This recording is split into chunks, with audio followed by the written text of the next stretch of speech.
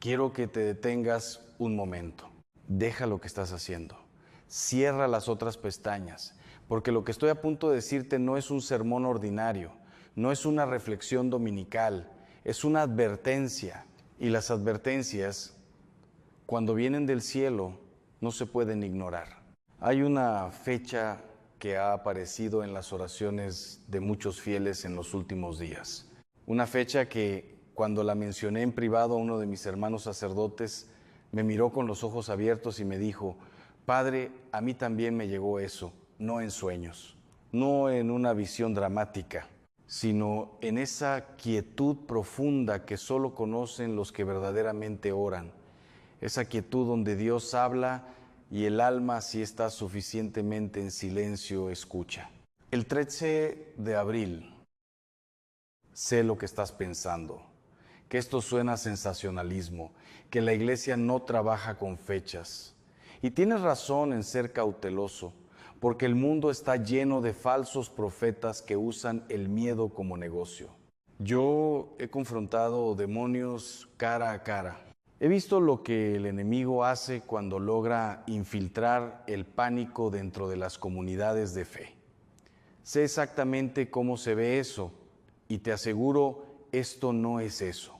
Lo que te voy a compartir hoy es el resultado de años de estudio teológico, de acompañamiento espiritual a cientos de personas y de algo mucho más personal, algo que me heló la sangre cuando lo comprendí del todo. Vivimos en un tiempo en que las señales se multiplican. Los evangelios lo dicen con una claridad que muchos prefieren no leer. Habrá señales en el sol, en la luna y en las estrellas. Lucas 21, 25, no como poesía, como realidad, como mapa. Y hay algo que Jesús advirtió que sucedería precisamente en estos tiempos, que la mayoría no escucharía, no porque no pudieran, sino porque no querrían. Porque las advertencias del cielo siempre llegan primero como incomodidad antes de llegar como salvación. Hoy, en este video, vamos a explorar juntos qué significa esta fecha desde la perspectiva bíblica, espiritual y profética. Vamos a examinar los patrones que Dios ha usado a lo largo de la historia para hablar a su pueblo. Y vamos a descubrir qué es lo que Jesús no oyó, no un vidente, no una red social, qué es lo que Jesús mismo nos está pidiendo que hagamos. Porque hay tiempo, todavía hay tiempo, pero el reloj no se detiene. Para entender el peso espiritual de una fecha como el 13 de abril, necesitamos primero hacer algo que nuestra cultura moderna detesta profundamente. Necesitamos detenernos. Necesitamos aprender a leer el tiempo no con el calendario del mundo, sino con el calendario de Dios. En la tradición bíblica, el tiempo no es una línea recta que va del pasado hacia el futuro de manera neutral. El tiempo es sagrado, el tiempo es intencionado. Dios actúa dentro del tiempo. Y más importante aún, Dios habla a través del tiempo. Piénsalo por un momento. La Pascua no sucedió en cualquier día. El nacimiento de Cristo no fue un accidente del calendario. La resurrección ocurrió en un día específico, en un momento específico, en el contexto de una fiesta específica que llevaba siglos preparándose. Dios no improvisa, Dios orquesta. Y nosotros que vivimos en el siglo XXI hemos perdido casi completamente esa capacidad de leer los tiempos. Miramos el calendario y vemos las fechas. Dios mira el calendario y ve puertas. Ahora bien, ¿qué tiene de especial el 13 de abril? Permíteme ser honesto contigo desde el principio, con la misma honestidad con que he dirigido miles de sesiones de acompañamiento espiritual. No estoy aquí para decirte que el mundo va a terminar en esta fecha. No tengo una revelación privada que supere o contradiga lo que la Iglesia enseña. Lo que sí tengo es algo que, en mi experiencia como sacerdote y como estudioso de la demonología y la espiritualidad, reconozco con claridad. Hay momentos en los que el velo entre lo visible y lo invisible se adelgaza.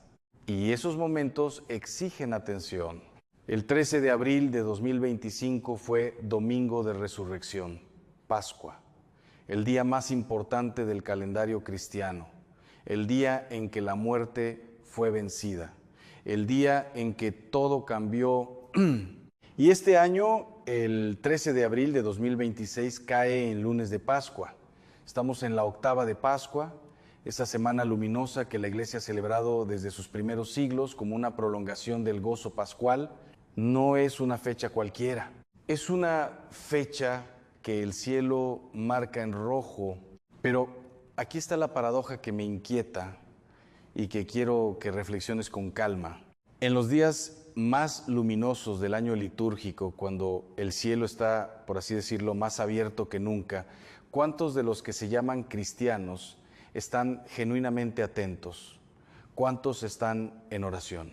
¿Cuántos están escuchando? Y aquí es donde la advertencia de Jesús se vuelve escalofriante en su precisión.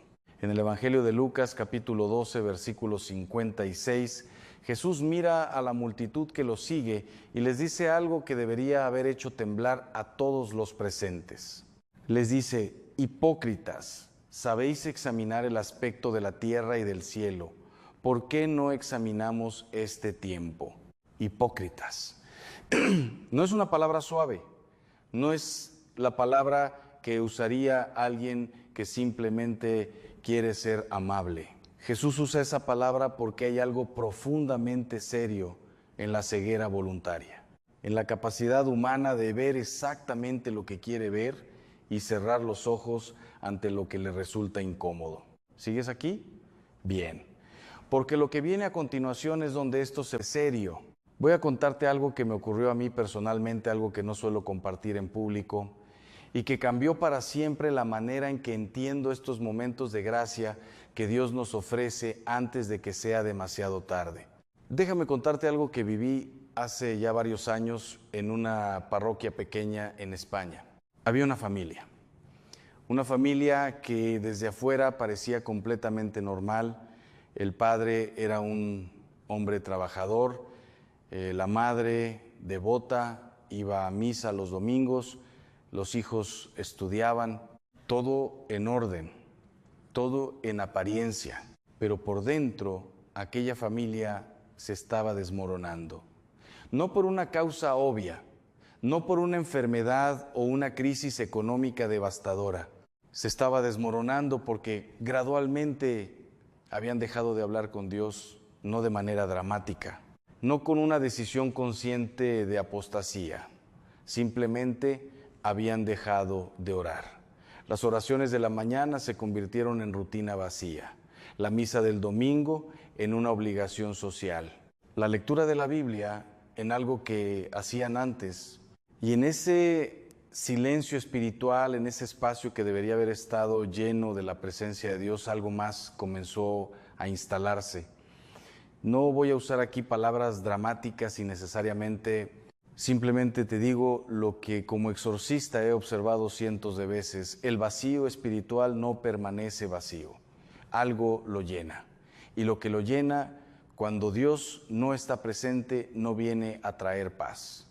El padre de esa familia comenzó a tomar decisiones extrañas, decisiones que él mismo no podía explicar del todo.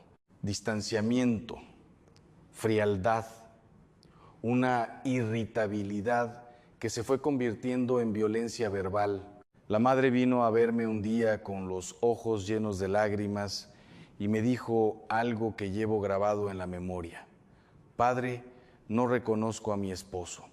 Es como si ya no fuera él. Esta historia no termina en tragedia, gracias a Dios. Termina en liberación. Termina con esa familia de rodillas, en oración, recuperando lo que habían perdido. Pero tardaron años y sufrieron más de lo que era necesario, porque llegaron tarde a la advertencia. Y eso es exactamente lo que Jesús nos está diciendo hoy, en este tiempo de Pascua, en este momento que el cielo está señalando. La advertencia no es de destrucción, la advertencia es de urgencia.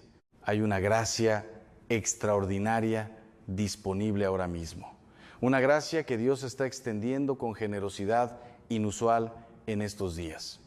Pero las gracias tienen ventanas, las gracias tienen momentos, y cuando el momento pasa no es que Dios retire su amor. Es que nosotros, por nuestra propia distracción, por nuestra propia tibieza, dejamos pasar la oportunidad. Antes de que sigamos, necesito que entiendas algo fundamental, porque hay un error que cometen casi todos los cristianos cuando escuchan este tipo de mensaje, un error que el enemigo usa para neutralizar exactamente la gracia que estamos describiendo, y te lo voy a explicar ahora. El error es creer que estas advertencias son para otros. Es la trampa más antigua y más efectiva que existe en la vida espiritual. Escuchamos una palabra de Dios, sentimos que resuena, pero en lugar de dejar que entre y nos transforme, la convertimos inmediatamente en algo que le vendría bien a mi cuñado o debería escuchar mi vecino. Usamos la palabra de Dios como espejo para mirar a otros, cuando fue diseñada para ser espejo que nos muestre a nosotros mismos. San Juan de la Cruz describe esto con una imagen poderosa.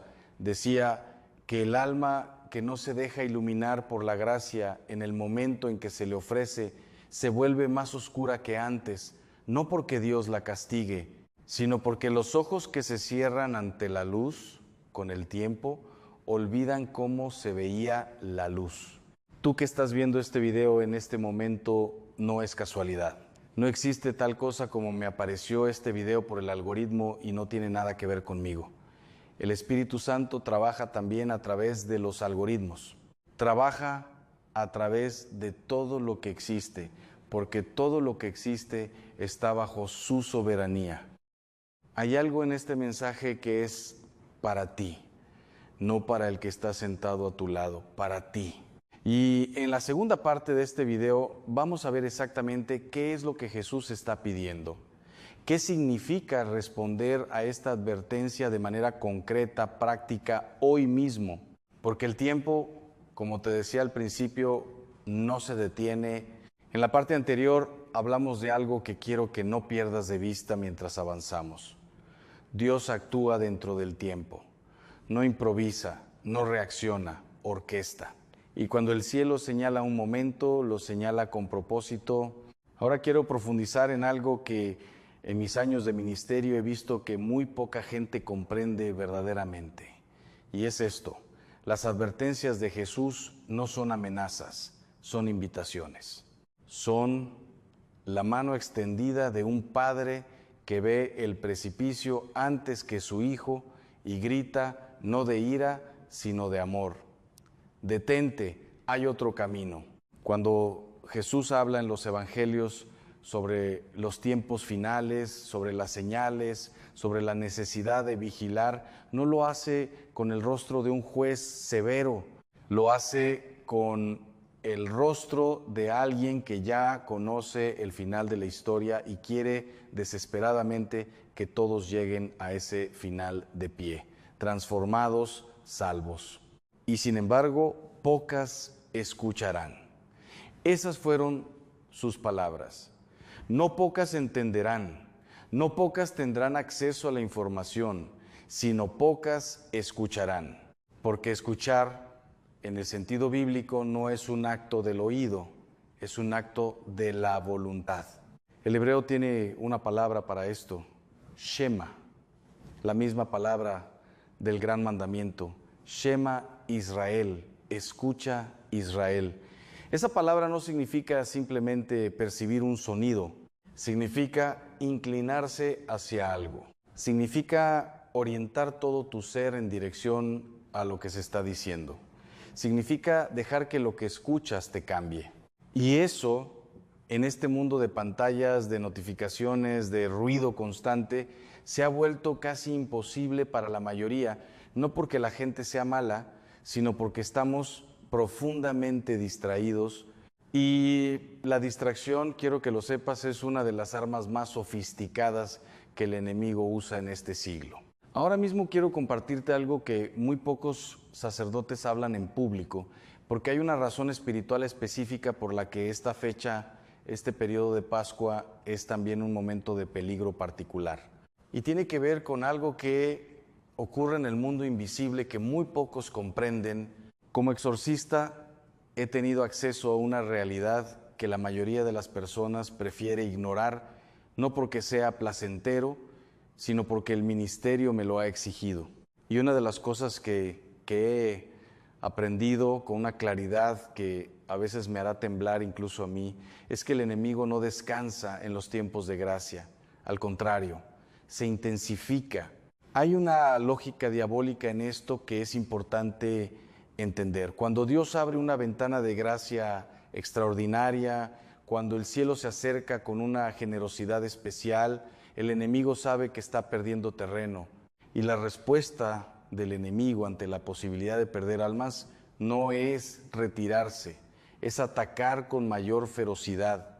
Es como cuando enciendes una luz en una habitación oscura, las cucarachas no desaparecen tranquilamente, se agitan, se mueven, buscan dónde esconderse.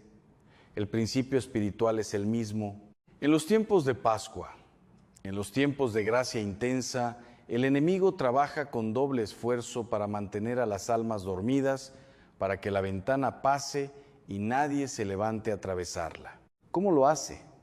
No siempre con tentaciones dramáticas, no siempre con el miedo aterrador que la gente asocia con lo demoníaco.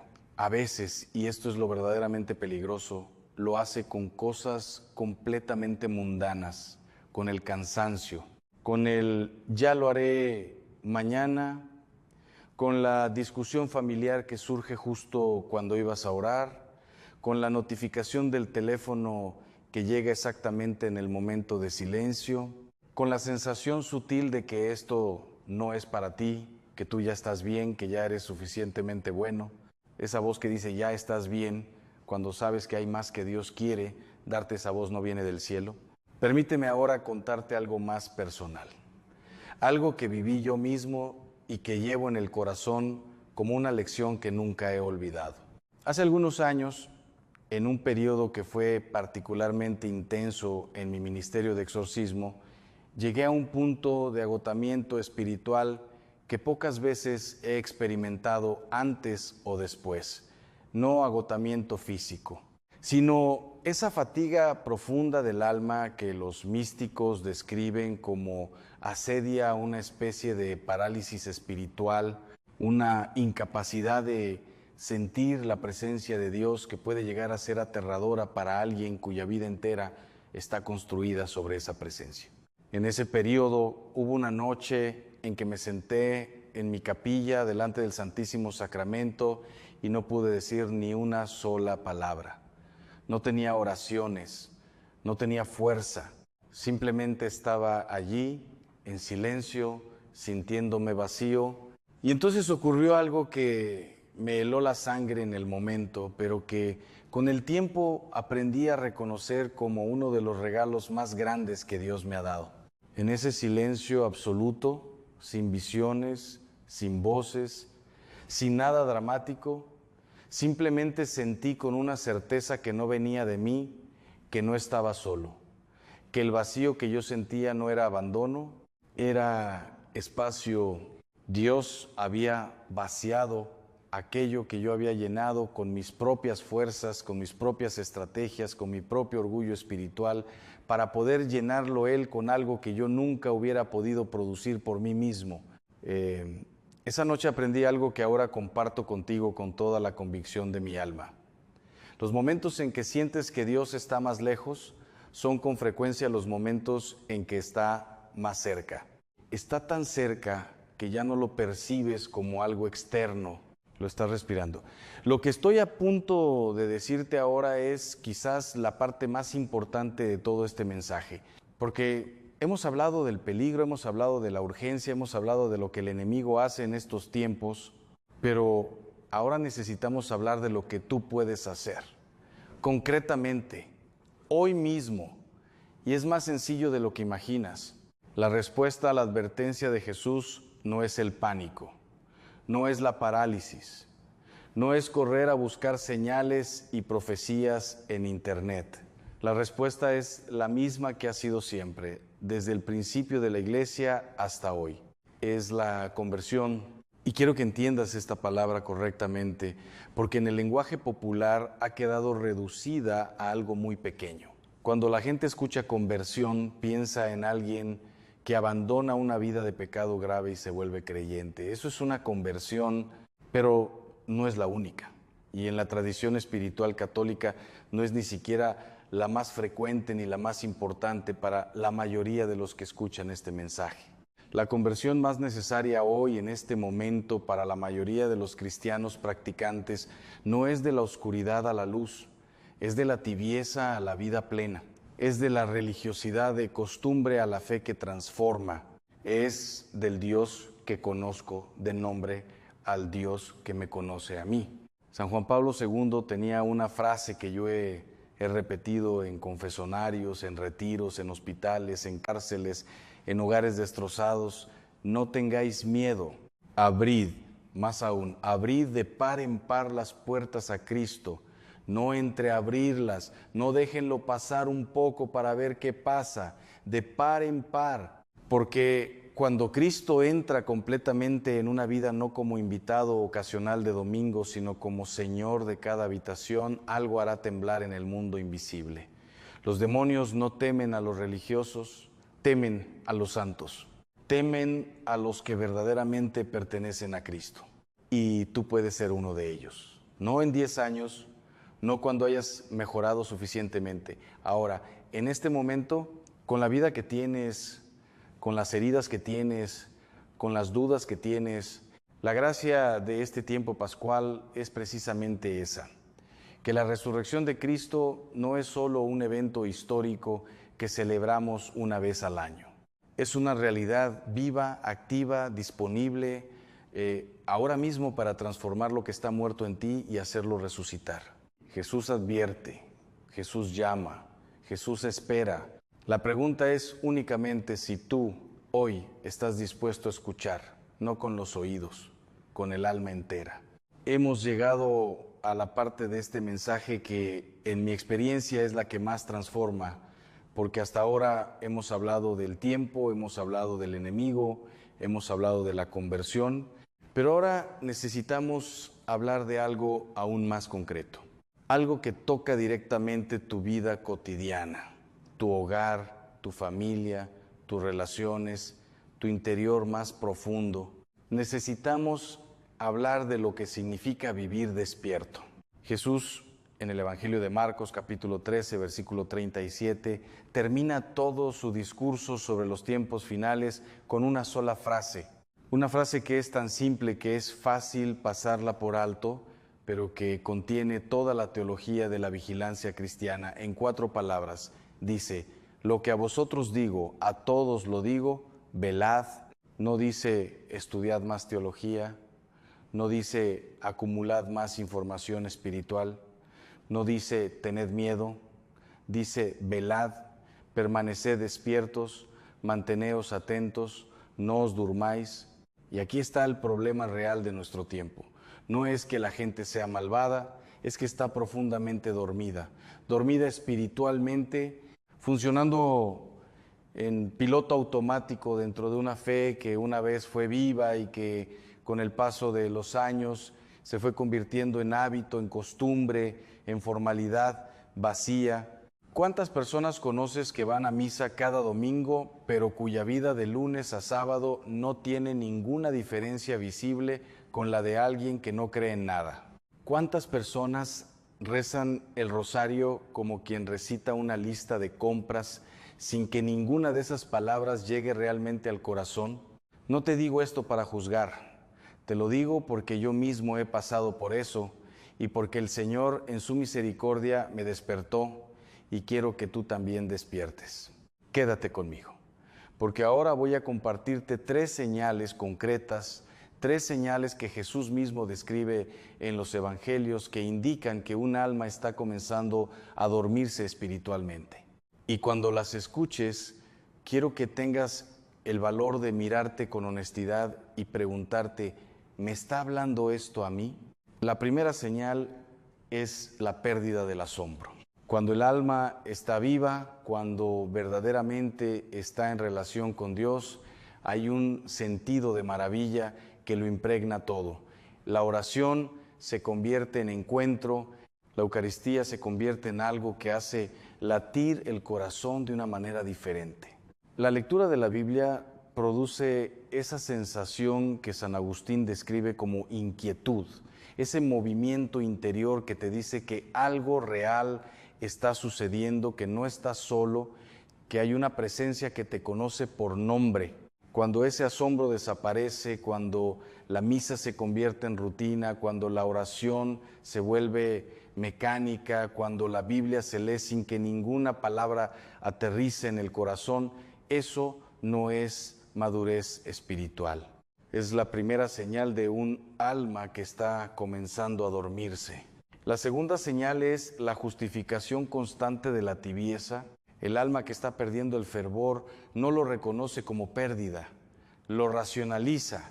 Se dice a sí misma, es que estoy muy ocupado, es que los niños me tienen agotado, es que el trabajo no me deja tiempo, ya oraré más cuando las cosas se calmen. Y las cosas nunca se calman, porque el enemigo se asegura de que nunca se calmen, porque sabe que el alma que siempre está esperando el momento perfecto para orar, nunca ora. He escuchado esta justificación miles de veces en el confesionario y siempre respondo lo mismo: Dios no te pide tiempo perfecto, te pide presencia real. 5 minutos de oración genuina valen más en la economía del espíritu que 1 hora de rezos mecánicos. La tercera señal, y esta es la más peligrosa, es la pérdida del sentido del pecado. Vivimos en una cultura que ha eliminado sistemáticamente la categoría del pecado de su vocabulario. No solo fuera de la iglesia, dentro de ella hay comunidades cristianas donde nadie habla de pecado, nadie habla de conversión, nadie habla de la necesidad de la gracia, porque todo el mundo ya está bien. Todo el mundo ya es suficientemente bueno. Dios es amor y el amor no puede incomodar. Pero eso no es el Evangelio. El Evangelio comienza con Juan el Bautista gritando en el desierto: convertíos, porque el reino de los cielos está cerca. Y Jesús, en su primer discurso público, según Marcos, dice exactamente lo mismo. El tiempo se ha cumplido y el reino de Dios está cerca. Convertíos y creed en el Evangelio. La conversión no es opcional, es el punto de partida.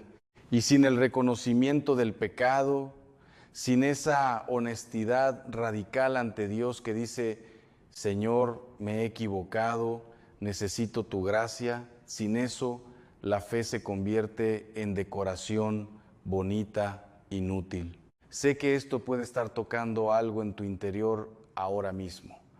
Quizás una incomodidad, quizás algo que reconoces y que has estado evitando mirar directamente. No huyas de esa sensación. Eso que sientes en este momento, eso es el Espíritu Santo llamando a tu puerta. Y lo que viene a continuación te va a mostrar exactamente cómo abrirla.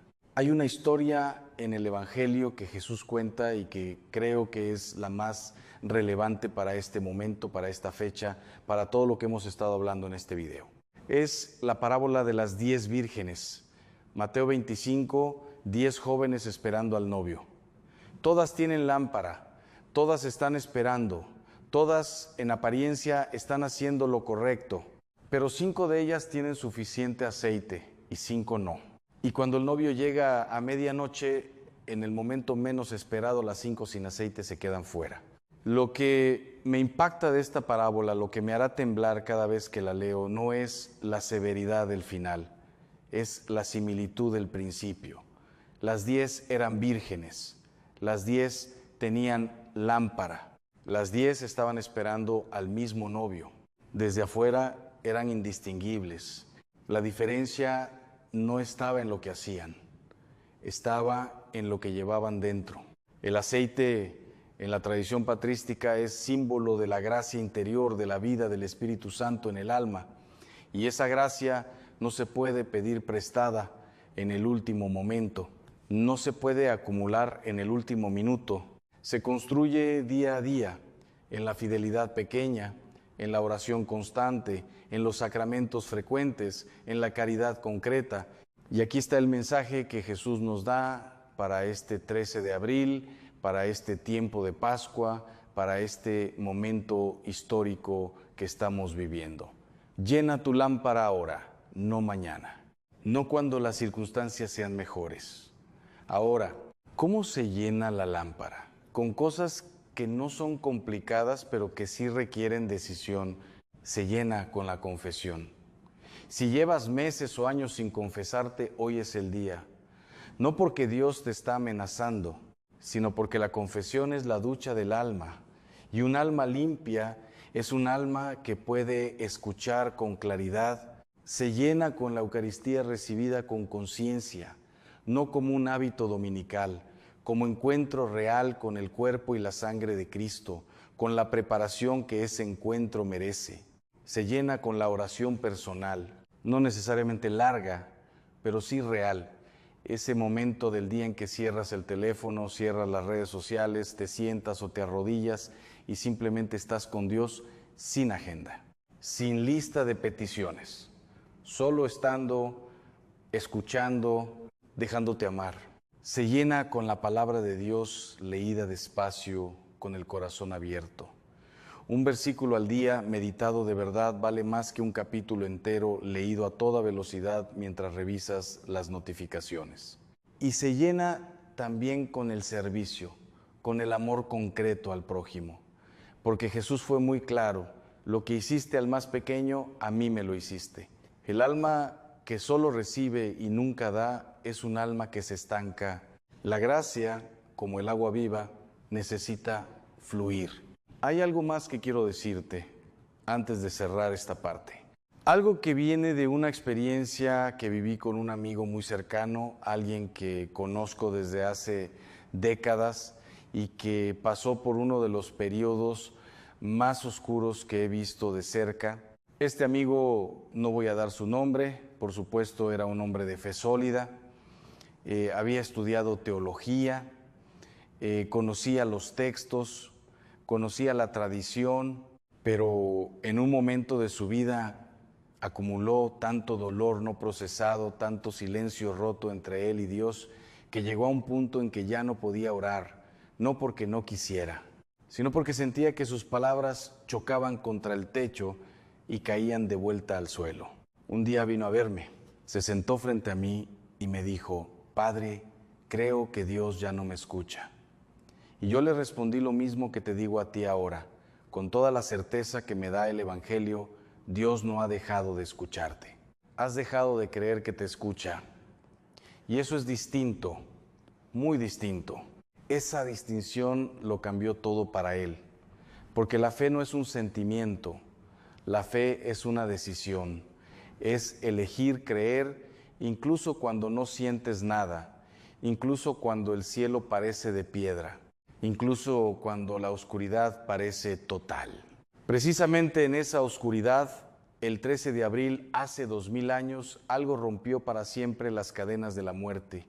Y ese mismo poder está disponible para ti, hoy, ahora mismo. Hemos recorrido juntos un camino largo en este video. Hablamos del tiempo sagrado, hemos hablado del enemigo y sus estrategias. Hemos hablado de las señales del alma dormida y de cómo llenar la lámpara antes de que sea demasiado tarde. Y ahora llegamos al momento más importante de todo lo que hemos compartido. Porque toda enseñanza, toda reflexión, toda advertencia, por más verdadera que sea, vale exactamente cero si no termina en un encuentro real con Dios. No quiero que salgas de este video con más información. Quiero que salgas transformado, aunque sea 1 milímetro, aunque sea una pequeña grieta en ese muro que quizás has construido entre tú y el Señor a lo largo de los años. Porque Dios no necesita que le abras la puerta de par en par en este momento, solo necesita una grieta. Él hace el resto. En estos años de ministerio he aprendido algo que ningún libro de teología me enseñó. Lo aprendí en los hospitales, en las cárceles, en los hogares destrozados, en los confesionarios a las 3 de la madrugada. Lo aprendí mirando a los ojos a personas que habían tocado fondo y descubrieron que en el fondo había un suelo firme que no se rompía. Lo que aprendí es esto: Dios nunca llega tarde. Nosotros llegamos tarde a Dios. Y la gracia extraordinaria de este tiempo, de este 13 de abril, de esta semana de Pascua, de este momento preciso en que tus ojos están leyendo estas palabras o tus oídos están escuchando esta voz, es que todavía no es tarde, todavía estás a tiempo. Antes de hacer la oración final juntos, y quiero que estés conmigo de verdad, no como espectador, sino como participante, necesito contarte algo que ocurrió hace muy poco. Algo que confirma con una claridad que me dejó sin palabras que el Señor está actuando en este tiempo de una manera que no podemos ignorar. Hace apenas unas semanas recibí una carta, no un mensaje de redes sociales, una carta escrita a mano con letra temblorosa de una mujer mayor que vive sola en un pequeño pueblo. No voy a decir dónde para proteger su privacidad, pero sí voy a leerles lo esencial de lo que escribió, porque creo que hay algo en sus palabras que es para todos nosotros. Ella escribía así, más o menos: Padre, llevo 20 años alejada de la iglesia, no por enojo, por vergüenza. Cometí errores que creí imperdonables, pero hace 3 semanas, en la madrugada, me desperté llorando sin saber por qué. Me arrodillé junto a mi cama, algo que no había hecho en 2 décadas, y solo pude decir una palabra: Jesús, solo esa palabra. Y algo en mi pecho se rompió, Padre, no de dolor, de alivio, como si alguien hubiera quitado un peso que yo había olvidado que estaba cargando. Esa mujer fue a confesarse al día siguiente, después de 20 años. Eso, hermanos, es el milagro de la misericordia. No hará temblar la tierra, no vendrá con señales espectaculares visibles en el cielo, vendrá en la madrugada de tu alma. En ese momento en que finalmente te quedas suficientemente quieto como para escuchar, y lo único que necesitas decir es su nombre, Jesús, solo eso. Él escucha, Él siempre ha estado escuchando. Ahora quiero dirigirme a alguien específico. No sé quién eres, no sé dónde estás viendo este video, pero el Espíritu Santo sí lo sabe, y es Él quien me pide que diga esto. Hay alguien que está viendo este video que lleva mucho tiempo cargando algo solo. Puede ser una adicción que nadie conoce, puede ser una relación que está destruyendo tu paz, pero no sabes cómo salir de ella. Puede ser una amargura vieja de años contra alguien que te hirió profundamente y a quien has decidido nunca perdonar. Puede ser la duda, esa duda oscura que no te atreves a confesar ni en el confesionario, de si Dios realmente existe, de si todo esto tiene algún sentido. Sea lo que sea que estás cargando, no tienes que cargarlo solo un día más. La advertencia de Jesús para este tiempo no es de condenación, es de liberación.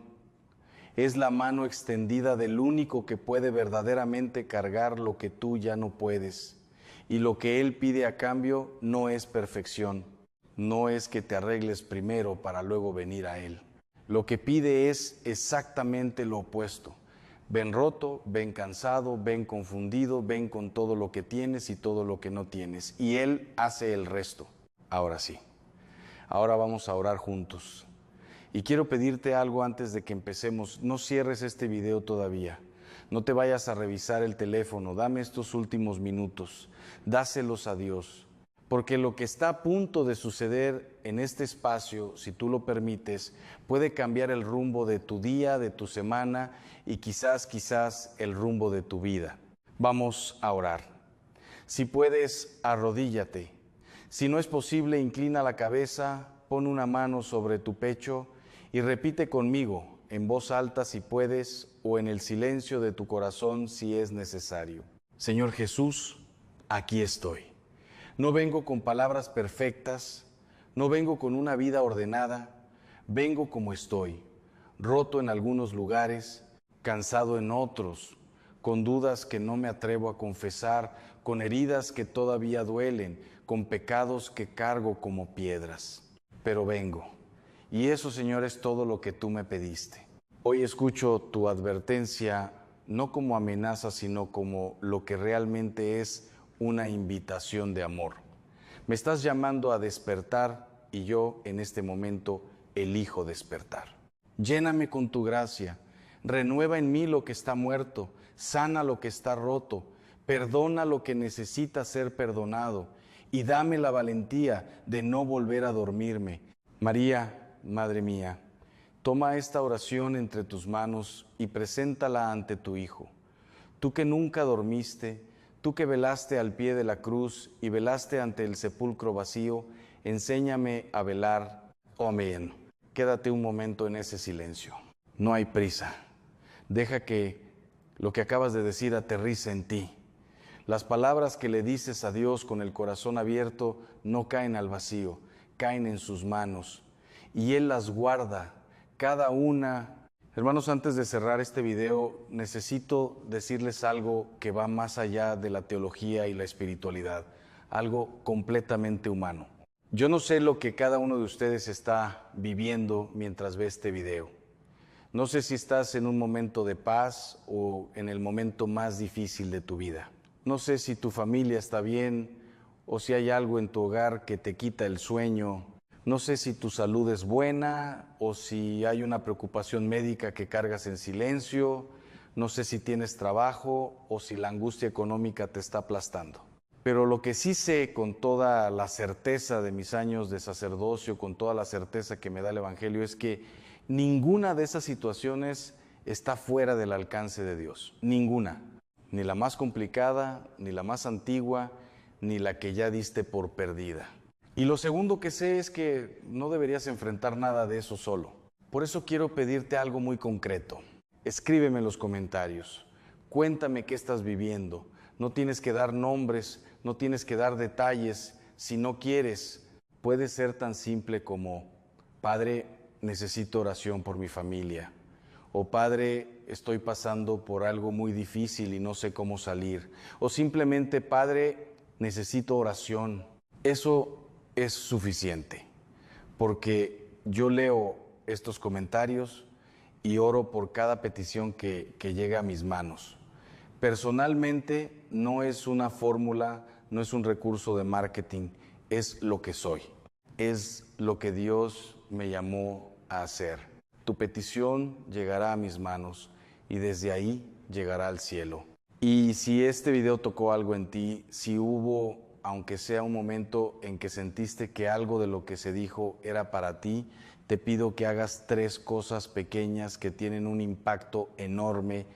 Lo primero, suscríbete a este canal si todavía no lo has hecho. No para hacer crecer un número en una pantalla, sino porque lo que compartimos aquí semana tras semana está diseñado para hacer exactamente esto: un espacio de gracia, de verdad, de encuentro con Dios en medio del ruido del mundo. Y necesitas ese espacio en tu vida con regularidad, no una vez, regularmente. Lo segundo, activa la campanita de notificaciones, porque el próximo mensaje que compartamos puede ser exactamente el que alguien en tu familia necesite escuchar. Y si la notificación no está activada, quizás no llegues a tiempo. Lo tercero, comparte este video con alguien que lo necesite. No tienes que saber con certeza quién es. El Espíritu Santo ya lo sabe. Piensa en esa persona que llevas días sin ver, en ese familiar con quien la relación se ha enfriado, en ese amigo que sabes que está pasando por algo difícil. Mándale este video, sin explicaciones, sin presión, solo mándaselo. Deja que Dios haga el resto. Porque recuerda lo que dijimos al principio. Jesús advirtió que pocos escucharían, pero tú escuchaste. Tú estás aquí. Y ahora tienes la oportunidad de ser el instrumento por el que alguien más también escuche. No desperdicies esa oportunidad. Que el Señor resucitado, vivo, presente, activo en la historia y en tu historia personal te bendiga en este día. Que su paz, que sobrepasa todo entendimiento, guarde tu corazón y tu mente. Que su gracia sea suficiente para todo lo que estás enfrentando.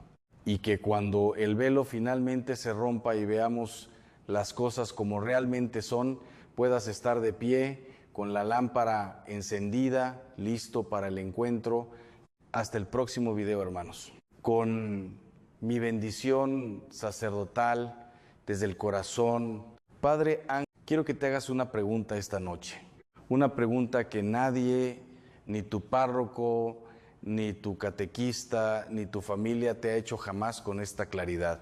¿Cuántos años llevas yendo a misa? 5, 10, toda tu vida quizás. ¿Y sabes lo que me hielan la sangre cada vez que pienso en ello? La mayoría de esos años puede que hayas cometido el mismo pecado. Domingo tras domingo, fiesta de guardar tras fiesta de guardar, sentado en el mismo banco, con la misma ropa, haciendo las mismas expresiones, un pecado que nadie señala. Un pecado que no aparece en los carteles de las parroquias. Un pecado del que los sacerdotes casi nunca predican desde el púlpito porque es incómodo, porque nos afecta a todos, porque me afecta a mí también.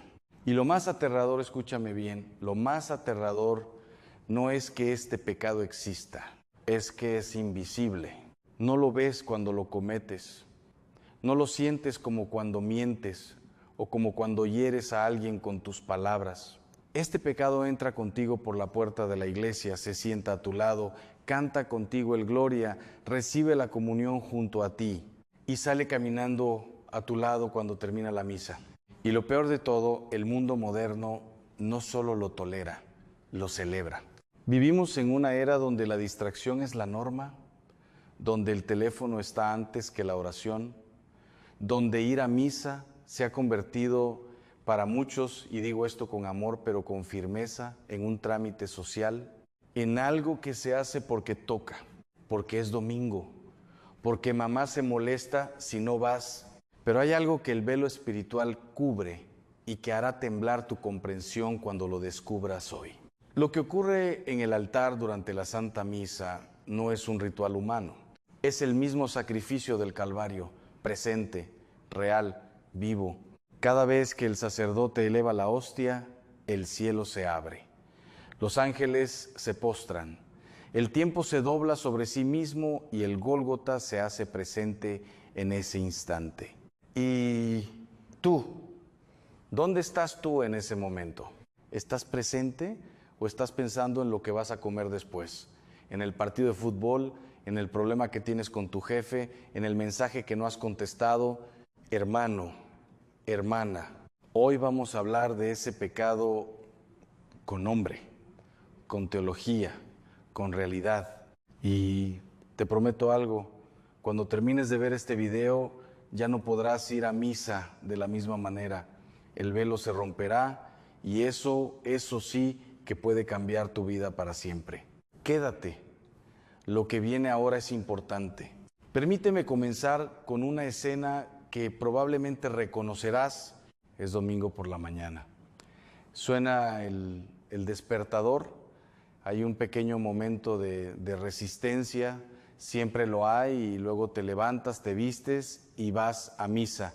Llegas, saludas a algunos conocidos, te persignas con agua bendita, te sientas en tu lugar habitual, comienza la celebración, el sacerdote dice: el Señor esté con vosotros.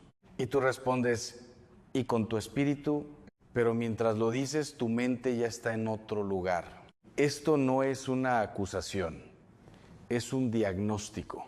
Y como sacerdote que lleva décadas en el confesionario, que ha escuchado miles de almas, que ha acompañado a moribundos y ha estado presente en momentos donde el mundo espiritual y el mundo físico se tocan de manera que me heló la sangre, te digo con toda la caridad que tengo, Este es uno de los pecados más extendidos, más silenciados y más dañinos en la vida espiritual del católico promedio de hoy. Se llama distracción voluntaria en la Santa Misa. Y antes de que digas, pero Padre, eso no puede ser tan grave, quiero que te sientes conmigo en este camino, porque la gravedad no la mido yo, la mide la naturaleza de lo que ocurre en ese altar. ¿Qué es realmente la Santa Misa? Los teólogos han escrito bibliotecas enteras sobre esto, pero permíteme dártelo de manera simple, con las palabras que usaría con un feligrés en la sacristía. La Santa Misa no es una conmemoración del sacrificio de Jesús, no es una representación teatral de la Última Cena, no es un homenaje simbólico a algo que ocurrió hace 2000 años. Es, según la doctrina definida por el Concilio de Trento, confirmada por el Catecismo de la Iglesia Católica, el mismo y único sacrificio del Calvario, hecho presente de manera incruenta en el altar. Cuando el sacerdote pronuncia las palabras de la consagración, algo sucede que ninguna ciencia puede medir, pero que la fe y la teología explican con precisión. El pan y el vino se convierten en el cuerpo, la sangre, el alma y la divinidad de Jesucristo. Completamente, realmente, sustancialmente. Esto no es una metáfora, no es poesía religiosa, es dogma de fe. Lo que tienes frente a ti en ese instante es Dios mismo. Ahora bien, imagina que tuvieras una audiencia con el Papa o con el presidente de tu país, o pongamos algo más cercano a tu corazón, con el ser que más amas en este mundo, alguien a quien hace años que no ves y que está a punto de darte el mensaje más importante de su vida. ¿Estarías mirando el teléfono? ¿Estarías pensando en el almuerzo? Por supuesto que no. Estarías completamente presente con todos tus sentidos, con toda tu alma. Y, sin embargo, ante Dios encarnado, presente en el altar, nos permitimos la distracción como si fuera algo normal, como si fuera inevitable. Un ruido me sobresalta, el bebé que llora en el banco de atrás te distrae. Esto es humano, esto no es pecado. Lo importante es volver. La segunda es la distracción voluntaria. Tú permites que tu mente se vaya. Tú eliges no hacer el esfuerzo de regresar. Tú llegas a misa ya con la actitud de cumplir un requisito, no de encontrarte con alguien. Esta segunda forma, cuando es deliberada, cuando se convierte en hábito, cuando refleja una actitud de indiferencia hacia lo sagrado, entra en la categoría de lo que los teólogos llaman irreverencia grave hacia el sacramento. Y sí, eso tiene peso moral. La trampa cultural que nadie denuncia. Vivimos en lo que el filósofo Byung-Chul Han llama la sociedad del cansancio. Vivimos fragmentados. Nuestra atención es asaltada desde que abrimos los ojos por la mañana hasta que cerramos el teléfono por la noche. Y esa fragmentación no se queda fuera de la iglesia cuando cruzamos el umbral. La llevamos dentro, la llevamos en el bolsillo, la llevamos en los hábitos mentales que hemos cultivado durante años de consumo digital. El problema no es que seamos malas personas. El problema es que nadie nos ha enseñado a preparar el alma para entrar a misa. Nadie nos ha dicho que la misa requiere un entrenamiento espiritual para ser vivida en su plenitud. Y eso es lo que vamos a cambiar hoy. Espera, porque lo que viene ahora es algo que Padre Ángel vivió en su propia vida y que le hizo entender por qué este pecado es tan peligroso. Quédate. La experiencia que lo cambió todo. Hubo un momento en mi ministerio, no voy a decir el año exacto, pero fue durante mis primeros años como sacerdote joven, todavía con mucho que aprender, en que celebré una misa que me marcó profundamente. Era una misa ordinaria, entre semana, pocos feligreses, una señora mayor en primera fila, un matrimonio joven al fondo, algunos más. Y mientras celebraba, mientras pronunciaba las palabras de la consagración, miré hacia los bancos y vi algo que me encogió el alma. Nadie estaba presente. No en el sentido físico, claro, sus cuerpos estaban allí, pero sus almas estaban en otro lugar. El matrimonio joven susurraba algo entre ellos. La señora mayor tenía los ojos cerrados, pero su expresión decía claramente que estaba dormida. Un hombre de mediana edad miraba el reloj por segunda vez en 3 minutos. Y en ese momento, con la hostia elevada entre mis manos, con Dios presente en el altar, sentí una tristeza que no supe nombrar en ese instante, pero que con los años he aprendido a identificar. Era la tristeza de quien ofrece un regalo infinito y nadie lo recibe. En la parte anterior te hice una pregunta que quizás todavía resuena en tu interior. ¿Dónde estás tú cuando Dios se hace presente en el altar? Y quiero que sepas algo antes de continuar. No te estoy haciendo esta pregunta para condenarte. No estoy aquí para señalarte con el dedo ni para hacerte sentir culpable de una manera que te paralice. Eso no es lo que hace el Evangelio. El Evangelio ilumina y a veces para iluminar tiene que mostrar primero la oscuridad. Lo que vamos a hacer juntos hoy es mirar esa oscuridad de frente con serenidad, con inteligencia y con la certeza de que hay una salida, porque siempre la hay. Las raíces profundas, ¿por qué nos distraemos?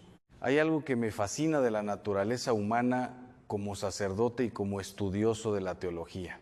El ser humano no se distrae en la misa porque sea malo, se distrae porque nadie le enseñó a estar presente. Piénsalo un momento. Desde pequeños, en la catequesis nos enseñaron los misterios del rosario, los mandamientos, los sacramentos, nos enseñaron a qué creer, pero muy pocos recibieron formación sobre cómo estar en presencia de lo sagrado. Nadie nos dijo: lo que va a ocurrir en ese altar en unos minutos hará temblar al cielo y a la tierra, prepárate. Nadie nos enseñó a silenciar el ruido interior antes de entrar. Y eso tiene consecuencias profundas que van mucho más allá de una misa distraída. El primer enemigo, el hábito sin alma. Los psicólogos tienen un término para lo que ocurre cuando repetimos una acción tantas veces que deja de requerir atención consciente. Lo llaman automatización. Es lo que le ocurre a un conductor experimentado que maneja durante horas sin pensar conscientemente en cada movimiento. Su cuerpo hace el trabajo, su mente está en otro lugar, y esto, que es perfectamente funcional para conducir un automóvil, es algo aterrador cuando ocurre en la misa. Porque hay católicos, y yo los he conocido, y quizás tú eres uno de ellos, y no hay vergüenza en admitirlo, que llevan 20, 30, 40 años asistiendo a la misa de manera automatizada. Sus labios pronuncian el Señor, ten piedad. Sus rodillas se doblan en el momento correcto. Sus manos se juntan en el Padre Nuestro. Todo en el momento exacto, todo perfectamente ejecutado. Pero su corazón está ausente. Y aquí viene algo que me heló la sangre cuando lo encontré en mis estudios de patrística. San Juan Crisóstomo, uno de los padres de la iglesia más brillantes del siglo IV, cuyo nombre significa literalmente boca de oro, escribió algo que parece dirigido directamente a nuestra época, aunque fue escrito hace 16 siglos. Dijo que hay personas que asisten a la liturgia como si fueran espectadores de un espectáculo, que miran, que escuchan, pero que no participan, y que esa actitud no es inocente, porque la Eucaristía no fue dada para ser observada, sino para ser recibida con todo el ser. 16 siglos después, sus palabras son más vigentes que nunca. Y ahora viene algo que quizás no esperabas escuchar de un sacerdote, una confesión personal que cambia todo lo que creías saber sobre este tema. Sigue conmigo. Mi propio combate interior, quiero ser honesto contigo, como lo soy siempre. Yo también he luchado con eso. Hay mañanas, especialmente en periodos de mucho trabajo pastoral, cuando el cansancio acumula semanas enteras en que me he sorprendido a mí mismo celebrando la misa con una especie de piloto automático espiritual, no en el sentido de la validez del sacramento.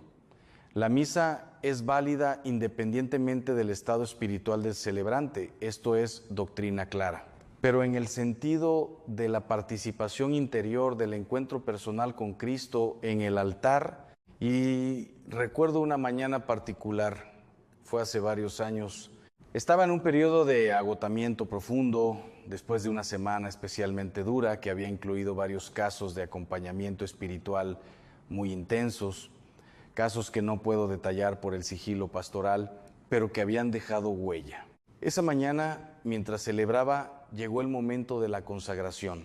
Y mientras pronunciaba las palabras, esto es mi cuerpo, que será entregado por vosotros, me di cuenta de que mi mente había estado en otro lugar durante varios minutos. Me detuve internamente en una fracción de segundo y en ese silencio interior sentí algo que solo puedo describir como una presencia que me llamaba de vuelta. No con reproches, no con ira, con una paciencia que no merecía, como un padre que espera a que su hijo vuelva a mirarlo a los ojos. Ese momento me marcó de tal manera que desde entonces tengo una práctica que comparto con todo aquel que me lo pregunta. Antes de cada misa, antes de revestirme, me detengo 3 minutos en completo silencio, solo para recordar dónde estoy y quién me espera en el altar. 3 minutos, a veces son los más importantes del día. La historia de Carlos, hay una persona en mi vida, no voy a dar su nombre completo por respeto a su intimidad, lo llamaré Carlos, que es un hombre de fe sincera, buen esposo, buen padre, trabajador honesto. Carlos lleva toda su vida yendo a misa. Fue criado en una familia católica, practicante. Sus hijos fueron bautizados, hicieron la primera comunión, se confirmaron. Pero Carlos me confesó algo hace unos años que nunca he olvidado. Me dijo: padre, llevo 30 años yendo a misa cada domingo y nunca he sentido nada. Voy porque sé que debo ir, pero es como si fuera a cumplir un trámite. Entro, salgo y mi vida sigue igual. Le pregunté: Carlos, ¿qué haces los 5 minutos antes de que empiece la misa? Se quedó en silencio. Luego sonrió con una mezcla de vergüenza y reconocimiento. Hablo con la gente, miro el teléfono, a veces llego tarde y entro directamente cuando ya ha empezado. Ahí estaba la raíz. No había un problema de fe, había un problema de umbral, de transición. Carlos entraba a la iglesia con el mismo estado mental con el que salía de su coche, sin preparación, sin silencio, sin decirle a su alma: lo que va a ocurrir ahora es diferente a todo lo demás. Le di una práctica sencilla, la misma que yo uso, y 3 meses después volvió a hablar conmigo. Me dijo con los ojos húmedos: padre, la semana pasada, durante la consagración, lloré por primera vez en mi vida en la misa, sin saber por qué. Solo lloré. No necesité explicarle nada más. Él ya lo entendía. El segundo enemigo, la cultura del espectáculo. Pero hay algo más profundo que el simple hábito. Algo que la sociedad moderna ha instalado en nosotros como si fuera un software que nadie nos pidió permiso para descargar. Vivimos en la cultura del espectáculo. Todo, absolutamente todo, está diseñado para entretenernos, para mantenernos estimulados, para que nunca experimentemos el silencio, porque el silencio es incómodo y lo incómodo no vende. Los algoritmos de las redes sociales están literalmente programados para secuestrar tu atención.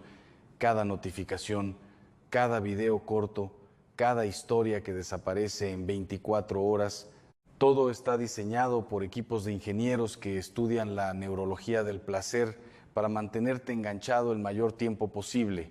¿Y qué nos ha hecho esto? Nos ha robado la capacidad de sostener la atención.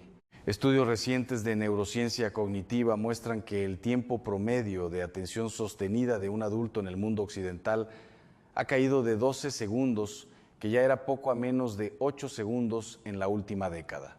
8 segundos. La misa dura 45 minutos. ¿Ves el problema? Pero hay algo todavía más oscuro detrás de todo esto. Algo que los santos y los exorcistas conocen bien y que explicará por qué este pecado no es solo descuido, sino campo fértil para algo mucho más serio. No te vayas. La dimensión espiritual que nadie menciona.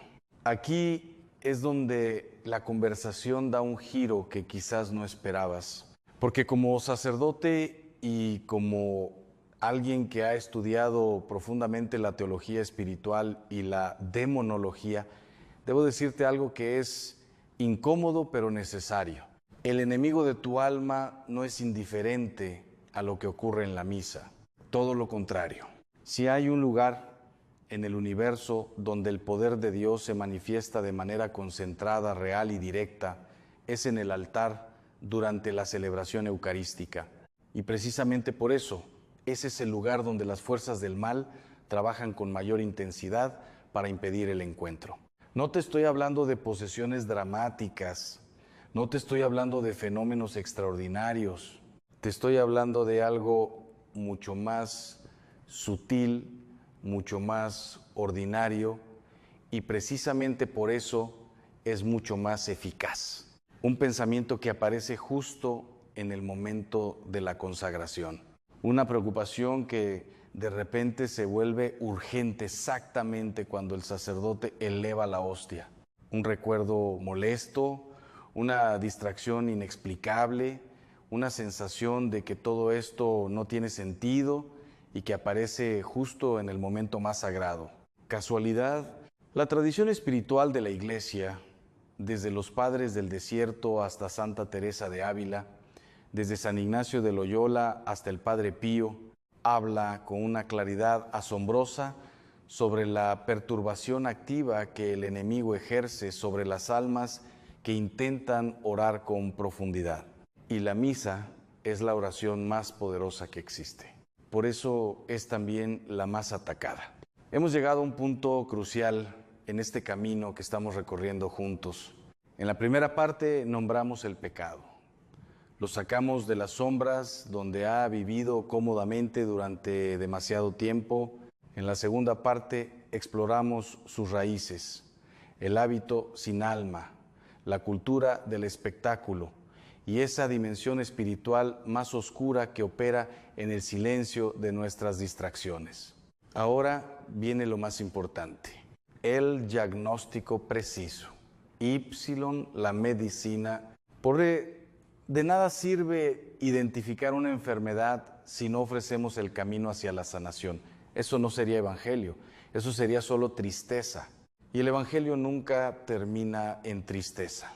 Primero, el examen de conciencia que nadie hace. Quiero proponerte algo concreto. Un ejercicio que puedes hacer esta misma noche antes de dormir o mañana antes de tu próxima misa. Te voy a hacer una serie de preguntas.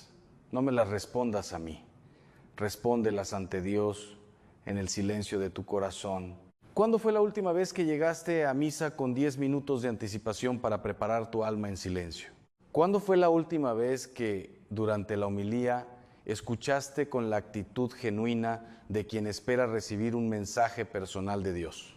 ¿Cuándo fue la última vez que en el momento de la consagración, ese instante donde el tiempo y la eternidad se tocan, tu mente estaba completamente presente?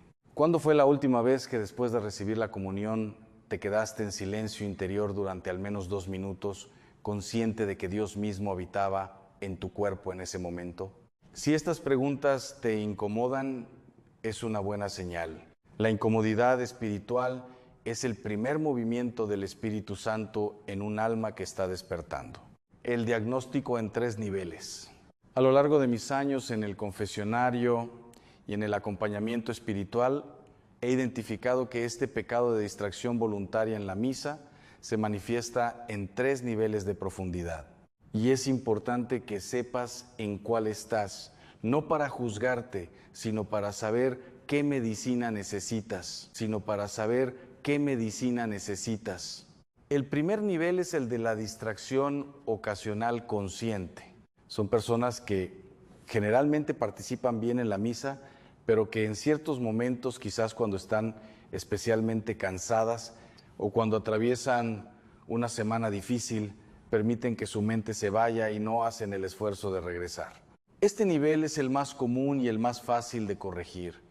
Requiere principalmente decisión y algunas herramientas prácticas que veremos en un momento.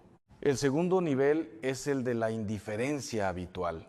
Son personas que llevan años, a veces décadas, asistiendo a la misa sin participación interior real, van por costumbre, por obligación familiar, por respeto cultural. La misa para ellos es un espacio social con elementos religiosos, pero no un encuentro vivo con Dios.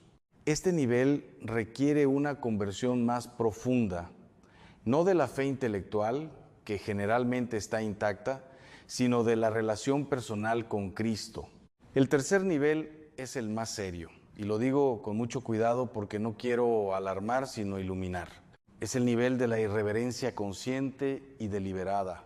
Son personas que no solo se distraen, sino que activamente minimizan la realidad de lo que ocurre en el altar, que reciben la comunión en estado de pecado grave sin confesarse, que tratan la Eucaristía como un símbolo vacío, que se acercan al cuerpo de Cristo con el mismo estado de ánimo con que se acercan a una máquina expendedora.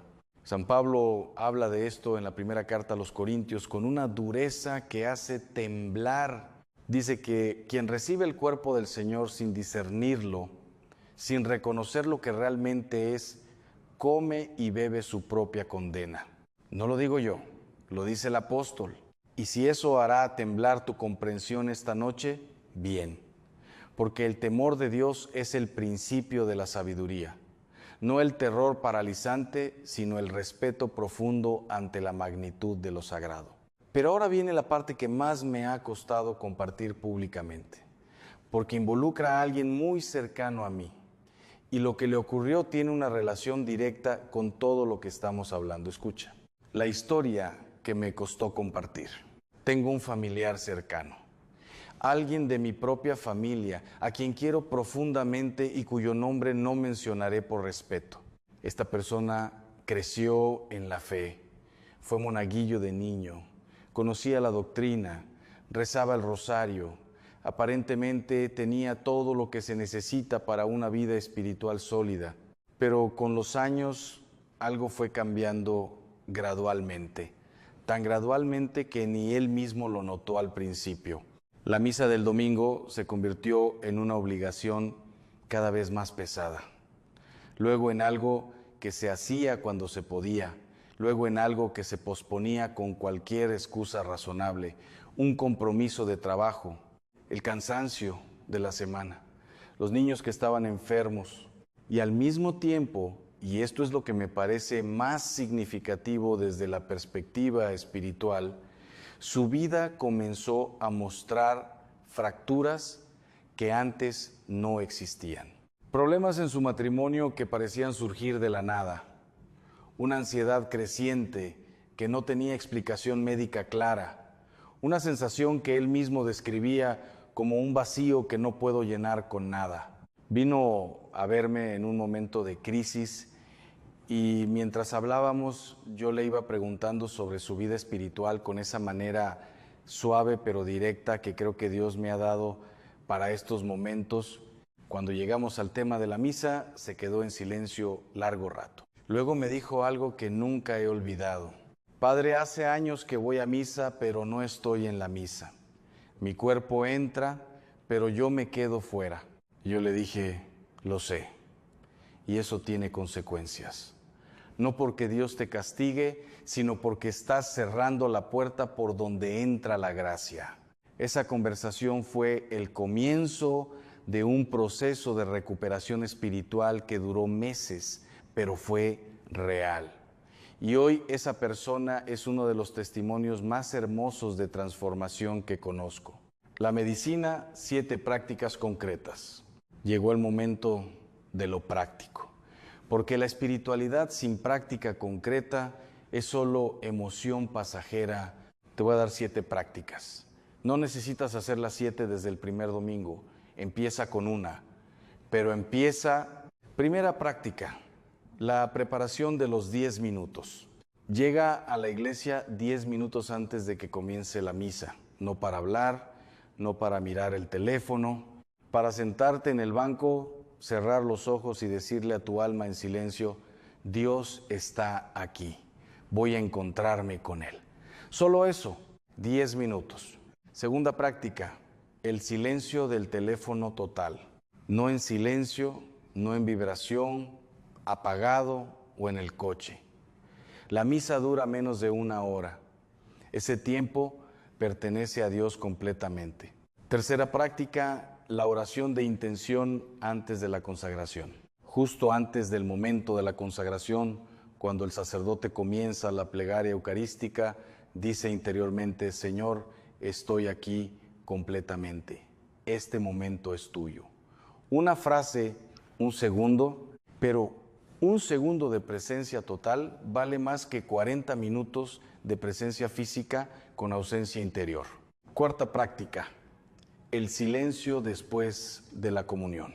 Después de recibir la Eucaristía, en lugar de sentarte y mirar alrededor o revisar mentalmente tu lista de pendientes, cierra los ojos durante 2 minutos y simplemente di: Señor, estás en mí. Yo estoy en ti. 2 minutos, es todo. Quinta práctica, la lectio antes de la misa. Si es posible, lee en casa las lecturas del día antes de ir a misa, no para estudiarlas. Solo para que cuando el lector las proclame en la iglesia, algo en tu interior diga: esto ya lo conozco, ahora lo escucho con otros oídos. Sexta práctica, la confesión regular. Este es un punto que muchos evitan, pero que es fundamental. El alma que carga con pecados graves no puede participar plenamente en la misa aunque quiera. Es como intentar ver con claridad a través de un cristal empañado. La confesión limpia el cristal y no necesitas haber cometido algo enorme. La confesión regular, una vez al mes, es lo que recomiendan los grandes maestros espirituales. Mantiene el alma en estado de receptividad. Séptima práctica, la acción de gracias posterior. Cuando termina la misa y el sacerdote dice: podéis ir en paz, no salgas corriendo, quédate 1 minuto, solo 1 minuto, y dije gracias. Sin más palabras, solo gratitud. Y ahora, en la recta final de este video, quiero compartirte algo que los santos sabían y que la iglesia enseña, pero que raramente escuchamos formulado con esta claridad. Algo que transformará para siempre la manera en que entras a una iglesia. No te muevas.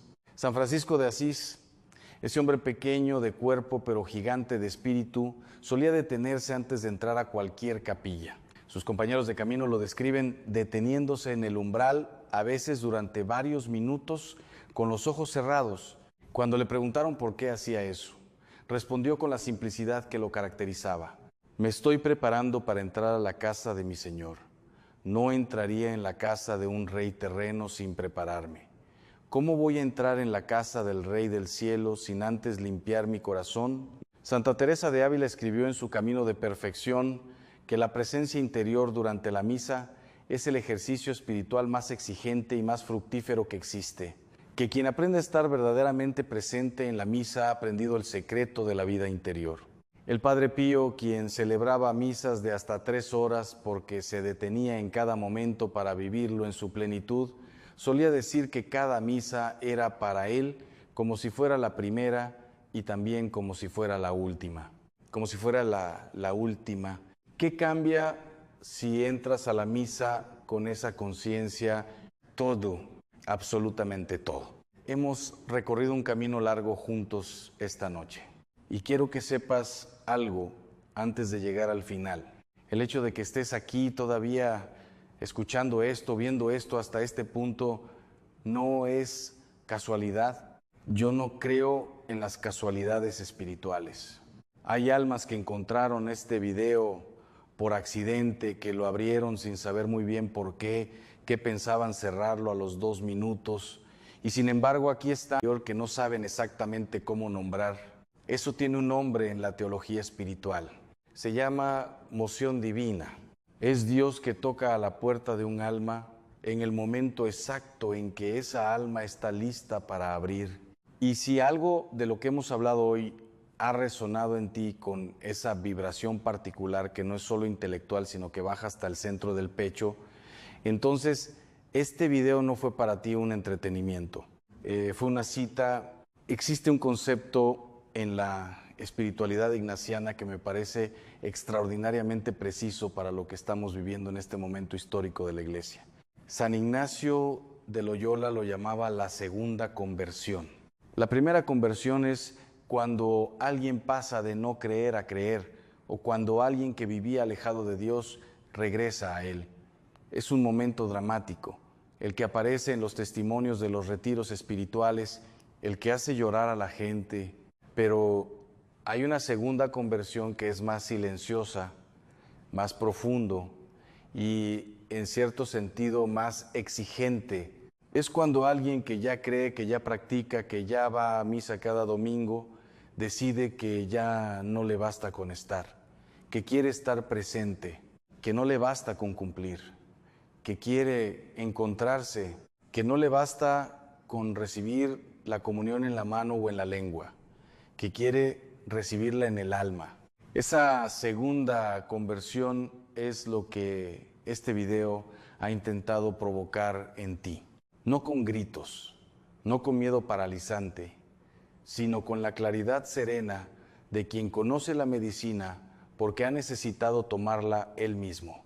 Y ahora quiero decirte algo que nunca he dicho con esta claridad en ningún otro video. Algo sobre lo que está en juego realmente cuando dejamos de estar presentes en la misa. Escúchame bien porque esto es importante. Quiero hablarte de las consecuencias, no con espíritu de amenaza, sino con la honestidad de un médico que te dice lo que pasará si no tomas la medicina. Cuando un alma deja de participar activamente en la misa, cuando la convierte en un trámite, en un hábito vacío, en una obligación social, algo ocurre en su vida espiritual que es gradual pero imparable. Los teólogos espirituales lo llaman tibieza. Y en el libro del Apocalipsis, en esa carta devastadora a la iglesia de la Odisea, Dios dice algo que debería hacernos temblar a todos. Dice, ojalá fueras frío o caliente, pero como eres tibio y no eres frío ni caliente, estoy a punto de vomitarte de mi boca. La tibieza espiritual no es el estado de alguien que odia a Dios, es el estado de alguien que lo ama a medias, que cree con reservas, que practica por costumbre. Y esa tibieza tiene consecuencias visibles en la vida cotidiana que muchos no relacionan con su vida espiritual, pero que tienen una conexión directísima. La sensación de vacío inexplicable que no llena ningún placer terreno. La ansiedad crónica que no responde a ningún tratamiento porque su raíz no es psicológica, sino espiritual. La sensación de que la vida ha perdido sentido, de que las cosas importantes, la familia, el trabajo, los sueños, se sienten extrañamente lejanas y sin color. La incapacidad de experimentar alegría genuina y profunda. He visto estas realidades en cientos de almas a lo largo de mi ministerio. Y en una proporción altísima de los casos, cuando pregunto por la vida espiritual, encuentro la misma respuesta. Voy a misa, Padre, pero hace mucho que no siento nada. Y yo les digo lo mismo que te digo a ti ahora. El problema no es que Dios se haya callado.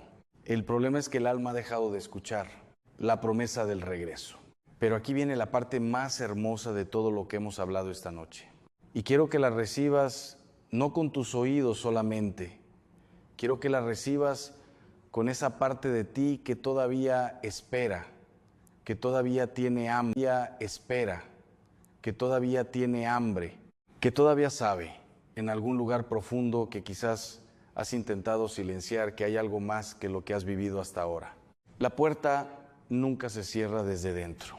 Esto es teología fundamental, pero también es experiencia pastoral directa. No importa cuántos domingos hayas pasado en ese banco con el alma ausente, no importa cuántas veces hayas recibido la comunión en modo automático, no importa cuánto tiempo llevas participando de la misa más extraordinaria del universo como si fuera una reunión de vecinos, Dios no se ha ido. Dios ha estado ahí cada vez en ese altar, con esa paciencia infinita que solamente puede tener alguien que ha decidido amar sin condiciones, esperando que te despiertes, esperando que levantes los ojos en el momento de la consagración y lo mires, aunque sea un segundo, aunque sea con los ojos empañados de lágrimas que no entiendes por qué vienen, esperando que le digas con la voz interior que no necesita palabras: aquí estoy, lo siento, estoy aquí. Y en ese momento, te lo prometo desde la más profunda convicción de mi fe sacerdotal, algo cambiará, no siempre de manera dramática, no siempre con lágrimas o visiones o experiencias extraordinarias, a veces simplemente como una paz que aparece donde antes había ruido, como un silencio interior que de repente se vuelve habitado, como la sensación suave pero inconfundible de que no estás solo. Y antes de terminar, necesito decirte una última cosa. Lo más importante de todo lo que hemos hablado, la que quiero que te lleves grabada en el alma cuando este video termine, hay una imagen que llevo en el corazón desde hace muchos años. Es una imagen que me contó un sacerdote anciano, un hombre de 92 años que conocí al principio de mi ministerio y que había celebrado la misa cada día durante más de 60 años. Le pregunté con la curiosidad de un sacerdote joven: ¿qué siente usted cuando celebra la misa después de tanto tiempo? ¿No se ha vuelto repetitiva? Me miró con esos ojos que tienen los ancianos que han visto mucho y que ya no necesitan palabras largas para decir cosas profundas. Y me respondió: hijo, cada misa es la primera vez que veo el rostro de alguien a quien amo profundamente. ¿Cómo puede volverse repetitivo ver el rostro de quien amas?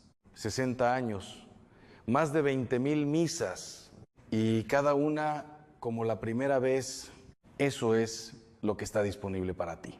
No como una meta lejana e inalcanzable reservada para santos y místicos, como una posibilidad real, concreta, para este domingo. Para la próxima vez que cruces el umbral de tu iglesia, todo lo que se necesita es una decisión. La decisión de entrar presente, de entregar esos 45 minutos sin reservas, de decirle a tu alma, antes de sentarte en el banco: hoy no vengo a cumplir, vengo a encontrarme. Una oración para terminar. Antes de que este video termine, quiero rezar contigo, no por ti, contigo. Pon la mano en el pecho si puedes, cierra los ojos un momento y repite en tu interior, con la sinceridad que puedas en este momento: Señor, perdóname por las veces que estuve en tu presencia sin estar presente. Perdóname por las misas vividas de lejos, por los momentos sagrados que dejé pasar distraído. Hoy decido despertar. Hoy decidí volver. La próxima vez que entre a tu casa, quiero entrar de verdad con todo lo que soy, con todo lo que tengo, aunque sea poco, aunque esté cansado, aunque no sienta nada todavía. Aquí estoy, Señor. Aquí estoy. Amén. Hermano, hermana, si este video ha tocado algo en tu interior esta noche, necesito pedirte algo. No te quedes solo con esto. Este canal existe por una razón muy concreta, porque hay millones de personas en el mundo de habla hispana que tienen hambre espiritual real y que no siempre encuentran en su entorno cercano a alguien que les hable de estas cosas con claridad, con calma y con amor. Tú puedes ser el puente para que ese video llegue a alguien que lo necesita esta noche. Tu hermano, que lleva años alejado de la misa, tu hijo, que va por costumbre pero ya no siente nada. Tu amigo que cree en Dios, pero no entiende por qué la misa le parece vacía. Comparte este video con ellos. Ahora, antes de que se te olvide, antes de que la vida cotidiana vuelva a llenarlo todo, un solo clic puede cambiar la vida espiritual de alguien que amas. Y si todavía no te has suscrito a este canal, te pido que lo hagas ahora, no para engordar una estadística, sino porque cada semana traemos aquí contenido que está diseñado para acompañarte en tu vida espiritual, para darte herramientas reales, para hablarte de las cosas que importan con la profundidad que merecen. Suscríbete, activa la campanilla.